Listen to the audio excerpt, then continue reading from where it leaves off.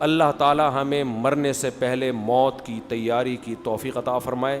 دیر سے آئے نا, تھوڑا سا سوال مکمل ہونے دیں. ایک عالم سے سنا ہے کہ حدیث میں ہے کہ دین پہلے اجنبی تھا, آخر زمانے میں پھر سے اسی طرح اجنبی بن جائے گا, اور اس پر عمل کرنے والے بھی اجنبی ہوں گے, نہ کہ وہ لوگ ہوں گے جن کا دنیا میں چرچا ہوگا, جو دنیا میں مشہور ہو گئے. اور پھر یہی اجنبی لوگ دین اسلام کو پھر سے دوبارہ صحیح کر کے اس میں جو غلطیاں شامل کر دی گئی تھیں اس کو ختم کریں گے اور صحیح دین امت میں پیش کریں گے. اس سے مراد کون لوگ ہیں, کیسے پہچانیں؟ حدیث میں آتا ہے بدا الاسلام غریباً وسیعود غریبا فطوبى للغرباء. اسلام جیسے دنیا میں اجنبی تھا, ایک وقت آئے گا دوبارہ کیا بن جائے گا. ابھی تو متعارف ہے نا اسلام, تو وہ وقت ابھی آیا نہیں ہے, اس لیے کہ ابھی اسلام کا انٹروڈکشن پوری دنیا میں بولو ہے. مسلمانوں کا حج کیا ہوتا ہے, عمرہ کیا ہوتا ہے, نمازیں مسجدیں بھری ہوئی ہیں. تو قرب قیامت جب بہت قریب ہوگی تو پھر اسلام آہستہ آہستہ دنیا سے ختم ہو جائے گا. تو ان اجنبی جو تھوڑے سے رہ جائیں گے ان کے لیے نبی صلی اللہ علیہ وسلم نے خوشخبریاں سنائی. اس حدیث کی بنیاد پر اہل حدیث کے ایک فرقہ بنا, انہوں نے جمعیت غرباء اہل حدیث نام رکھ لیا اپنا, کہ وہ جو اسلام جب آخر عمر میں آخر زمانے میں تھوڑا سا رہ جائے گا, غریب لوگ, غریب عربی میں اجنبی کو کہتے ہیں, فقیر کو نہیں کہتے. اردو میں غریب کہتے ہیں غریب آدمی, عربی میں غریب اس کو نہیں کہتے. اردو میں جسے غریب کہتے ہیں عربی میں اس کو مسکین اور فقیر کہتے ہیں, عربی میں غریب کہتے ہیں اجنبی, اچھمبا. تو انہوں نے کیا کیا, انہوں نے کہا قیامت چونکہ قریب ہے اور اسلام بالکل اجنبی ہوگا, تو اجنبی تو ہوا نہیں ہے, یہ تو بہت سارے لوگ ہیں جن کو سب دنیا جانتی ہے. تو ایک تنظیم بنائی, اس کا نام رکھا جمعیت غرباء اہل حدیث, غریب بالکل اجنبی. پھر ایسا اسلام مارکیٹ میں لے کر آئے ہیں جو باقی اہل حدیثوں کی بھی سمجھ میں بولو نہیں آ رہا. وہ اجنبی, وہ اس بیس پہ کہتے ہیں ہم حق پر ہیں کیونکہ ہم اجنبی ہیں. تو حدیث میں تو یہ آ رہا ہے, ہر آدمی حدیث پیش کرنے میں فنٹر ہے, تفقع بصیرت سے دماغ. وہ اہل حدیث بھی کہہ رہے ہیں کیا آ گیا یہ ٹھیک ہے, یہ کون ہو گئے. تو فرقے در فرقوں میں سے فرقیاں نکل رہی ہیں, فرقوں میں سے فرقیاں نکل رہی ہیں, اللہ ہی بچائے گا. تو وہ اسلام تو متعارف نہیں رہے گا, وہ قرب قیامت میں ہوگا.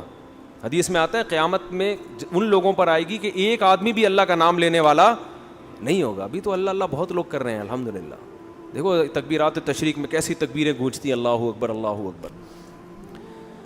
میرے بھائی نے طلاق شدہ عورت سے شادی کی, اس عورت کو پہلے والے شوہر سے ایک بیٹی ہے, اس سے میری شادی ہو سکتی ہے؟ جی ہو سکتی ہے. ابھی سے فکر لگی ہوئی ہے کیونکہ وہ آپ کی سکی بھتیجی نہیں ہے. کرونا ویکسین کے بارے میں آپ کی کیا رائے ہے؟ ضرور لگوانی چاہیے, حماقت ہے یہ, پوری دنیا لگوا رہی ہے, کوشش میں لگی ہوئی. ہم لوگ وہی اپنی وہی روش پہ ڈھیٹ بن کے نا کہ میں نہیں لگواؤں گا. لگوا لو تاکہ پوری دنیا دیکھو. مشترک ٹاسک جو ہوتی ہے نا اس میں غیر مسلم سب کو مل جل کے, اگر آپ کے پڑوس میں کوئی غیر مسلم رہتا ہے, کوئی یہودی رہتا ہے, ادھر عیسائی رہتا ہے, اور گلی محلے کی صفائی کی بات آئے تو سب مل کے چندہ کر کے اکٹھا صفائی کریں گے نا. آپ کہیں گے چونکہ یہودی چندہ دے رہا ہے, اس میں عیسائی گٹر صاف کروا رہا ہے, میں نہیں کروں گا, یہ ان کا ہیڈیک ہے. میرا بھائی ابھی یہ گلی سب کی مشترکہ ہے, تو یہ زمین سب کی ہے. سخر لکم, اللہ نے سب کے لیے بنائی ہے, غیر مسلم بھی اور مسلم بھی. آخرت ہے, جنت صرف مسلمانوں کے لیے ہوگی, اس میں آپ ویکسین نہ لگوائیں, اس میں آپ کو ضرورت بھی نہیں ہوگی ویکسین کی. یہاں سب نے مل جل کے رہنا ہے, تو جو مشترکہ مفاد ہوتے ہیں سب کے, اس میں سب کو مشترک ہو کے اس کے خلاف کام کرنا ہوتا ہے. اب یہ کرونا اگر کسی ایک مسلمان کو رہ گیا نا, اسی ایک مسلمان سے پوری دنیا میں دوبارہ پھیلے. خیریت سے وہی ماشاءاللہ, یہ وہ کیا نام ہے, فن. میں نے ان سے پوچھا کہ آپ نے اپنے چینل کا نام فن کیوں رکھا؟ میرا خیال تھا کوئی انگلش کا ورڈ ہوگا, فن کچھ ہوگا, کوئی آکسفورڈ یونیورسٹی سے کچھ الگ سے لے کر آئے ہوں گے. انہوں نے کہا ہمارے یہاں بچہ نورانی قاعدہ یاد کر رہا تھا, فن, فادو زبر فن, فادو زیر فن, فادو پیش فن, تو وہاں سے لفظ لگا. دیکھو بچوں کو نورانی قاعدہ پڑھانے کا کتنا فائدہ ہو گیا. یہ دنیاوی فائدہ ہے, آخرت کے الگ فائدے ہیں. تو پوری دنیا کی ایک ٹاسک پہ جمع ہوئے ہیں نا سب. اب کرونا مسلم اور غیر مسلم کے فرق کو نہیں دیکھتا, ایک آدمی کو بھی باقی رہ گیا اسی سے دوبارہ پھیلے گا. تو اس لیے پوری دنیا مل کے کہہ رہی ہے, ابے بھائی یہ تم ٹھیک ہے کلمہ پڑھتے ہو, تم مسلمان ہو, لیکن ابھی کورونا سے مرواؤ تو نہیں نا ہمیں. آخرت پہ وہ یقین نہیں رکھتے لیکن موت سے تو ڈرتے ہیں نا. تو یہ سب کا مشترکہ مسئلہ ہے. تو سب کو اس میں اگر آپ الگ 1.5 اینٹ کی مسجد بنائیں گے الگ, تو آپ بدنام ہو جائیں گے. لوگ کہیں گے دیکھو یہ مسلمان ہر چیز میں کیا کباب میں ہڈی بنتے ہیں. تو ہمیں ان سے زیادہ بڑھ چڑھ کے اس میں حصہ لینا چاہیے کہ ہم انسانیت کے آپ سے زیادہ خیر خواہ ہیں. تو اگر آپ اس کو دنیا سے ختم کرنا چاہتے ہیں تو ہم پہلے ختم کرنے, کیونکہ ہمارا مذہب تو سکھاتا ہی ہے. مذہب تو ہمیں بتا رہا ہے کہ ایک درخت لگانے کا یہ فائدہ ہے کہ اس سے جانور بھی کھائیں گے تو تمہیں ثواب ملے گا, تو انسانوں کی جانیں بچانے سے نہیں ملے گا ثواب. تو اس لیے خام اور یہ تحقیقات چھوڑ دیں, یہ جو یوٹیوب اور فیس بک پہ آ رہی ہے, وہ کورونا لگا کے 2 سال کے اندر بندہ مر جائے گا, لگاؤ میگنیٹ چپک رہا ہے یہاں پہ. ہم نے تو ویکسین لگائی ہے, ہمیں تو اب تک, کل ایک بندہ چابیاں لگا رہا ہے نا میرے یوں کر کے, کل کی بات ہے, اور ہمارا گارڈ وہ یوں چابی لگا رہا ہے. میں نے کہا کیا ہو گیا؟ کہہ رہے میں چیک کر رہا ہوں چپک رہا ہے کہ نہیں چپک رہا. تو جی حساب کتاب ہے, یہ سب ٹوپی ڈرامے ہوتے ہیں, بہت کچھ آتا ہے. ڈاکٹر جو ہے نا جو کہہ رہے ہیں, آپ کہہ سکتے ہیں کہ وہ تحقیق بھی تو ڈاکٹر کی آئی تھی جس نے کہا تھا 2 سال میں مرو گے. دیکھو جیسے پورے علماء ایک طرف, غامدی صاحب بولو ایک طرف, تو ایسے ہی ڈاکٹروں میں بھی اس ٹائپ کے غیر مقلد ہوتے ہیں, نئے نئے محقق ہوتے ہیں. پوری دنیا کے ڈاکٹر ایک طرف کہہ رہے ہوتے ہیں یہ کچھ نئی چیز مارکیٹ میں لا رہے ہوتے ہیں, تو دیکھو جو باقی کیا کہہ رہے ہیں. سارے ڈاکٹر ایک طرف ہیں, 2-4 آ کے وہ کچھ کر رہے ہیں, تو یہ کھوپڑی اس کی گھومی ہوئی, اب سارے سب کی کھوپڑیاں نہیں گھومی ہوئی ہوتی, ورنہ دنیا کا نظام خراب ہو جائے گا, سارے پاگل ہو جائیں. اگر دنیا میں زیادہ تر لوگ عقل مند ہی ہوتے ہیں, تھوڑے سے کیا ہوتے ہیں, پاگل ہوتے ہیں. اگر تھوڑے سے عقل مند ہو گئے, سارے پاگل ہو گئے, تو وہ قصہ ہو جائے گا کہ وہ ایک آدمی, وزیر نے جو ہے نا بادشاہ کو بتایا, کسی کو خواب آیا ہوگا کہ بارش ہونے والی ہے اور اس میں ایک پانی برسے گا, جو بھی اس پانی کو پیے گا پاگل ہو جائے گا. فن والے سمجھ رہے ہیں, جو بھی اس پانی کو پیے گا کیا ہو جائے گا, بولو نا, پاگل ہو جائے گا. اب کیا مسئلہ ہوا ہے, بادشاہ پریشان, یار یہ تو بڑا مسئلہ ہو گیا, تو سارے پاگل ہو جائیں گے. تو وزیر سے بولا کہ اب تو ہی بتا کیا کرنا ہے. وزیر نے کہا ہم ایک اتنا بڑا ٹینک اپنے لیے بناتے ہیں جس میں پانی اسٹور کرتے ہیں, جو ہمارے جب تک ہم زندہ رہیں وہ ہمارے لیے چلے, ساری عوام پاگل ہو جائے, کوئی اتنا بڑا مسئلہ نہیں ہے, ہم دونوں تو کم از کم بچے رہیں گے. ٹینک بنوایا گیا بادشاہ اور وزیر کے لیے, بہت بڑا ٹینک بنایا اور اس کو اسٹور کیا گیا. انہوں نے اپنے لیے سیو کر لیا. بارش ہوئی, ساری عوام پانی پی کے کیا ہو گئی, پاگل. اب جب سارے پاگل ہو گئے تو وہ تو سارے ایک جیسے ہو گئے, ان کو بادشاہ وزیر پاگل لگنے لگے کیونکہ بادشاہ وزیر ذرا ڈفرینٹ قسم کے باتیں کرتے تھے اور وہ سارے پاگل, تو سارے پاگل ہو گئے. انہوں نے بولا یار یہ کیا نظام ہے, یہ تو بڑا مسئلہ. اب انہوں نے بادشاہ اور وزیر کے خلاف جلوس نکالنا شروع کر دیے, بادشاہ وزیر پاگل ہیں, ان کو سلطنت سے باہر نکالو, ان کو کیا کرو, باہر نکالو. اب بادشاہ پریشان ہوا, یار یہ تو لینے کے دینے پڑ گئے. اچھا وہ سب پاگل کو تو پاگل اپنے جیسا لگتا ہے نا, عقل مند اس کو پاگل لگ رہا ہوتا ہے. تو پھر انہوں نے یہ کہا, وزیر نے کہا کہ حضور ہمیں بھی 2 گھونٹ پی لینے چاہیے تاکہ ہم بھی کیا ہو جائیں, بولو, ان جیسے ہو جائیں. تو یہ میں اس لیے بتا رہا ہوں کہ دیکھو یہ قصے کہانیوں میں تو ایسا ممکن ہے, لیکن عملاً ایسا ممکن نہیں ہے. عملاً یہ ہوتا ہے کہ 2 آدمی پاگل ہو جائیں, باقی سارے کیا ہوں, صحیح ہوں, پھر نظام چلے گا. ایسا نہیں ہو سکتا کہ 2 صحیح ہوں سارے پاگل, تو پھر وہی حشر ہوگا جو ان کا ہوا, حکومت ختم. تو سارے ڈاکٹر پاگل ہو جائیں. 4 آدمی جو آپ کے پیج پہ جنہوں نے اپنا لنک شیئر کیا ہوا ہے, ایک لندن میں بیٹھا ہوا ہے, ایک امریکہ میں بیٹھا ہوا ہے, اور وہ ایسی رپورٹ پیش کر رہا ہے, اور آپ کو رپورٹیں پڑھنا بھی نہیں آتی, آپ تو اپنے گردے کی پتھری کی رپورٹ نہیں پڑھ سکتے. تو وہ کیا اتنی تحقیقات آپ ویکسین کے بارے میں جا کے ڈاکٹر سے پوچھو محلے کے, وہ بولے کہ اس کو کاغذ کو بکری کو کھلا دے, ٹھیک ہے نا, بکری کے کام آ جائے. تو ایسی ایسی تحقیقات ہوتی ہیں, نہیں آیا کرو ان چیزوں میں. جو ساری دنیا کے ڈاکٹر کہہ رہے ہیں وہ صحیح بات ہے, جو 2-4 کہہ رہے ہیں وہ کیا ہیں. جیسے اگر آپ غامدی کی باتوں پر ایمان لے آؤ تو آپ کو لگے گا کہ 4 آدمی جنت میں جائیں گے, باقی سارے کہاں جائیں گے, جہنم میں جائیں گے. تو اتنی چھوٹی اللہ کی جنت نہیں ہے.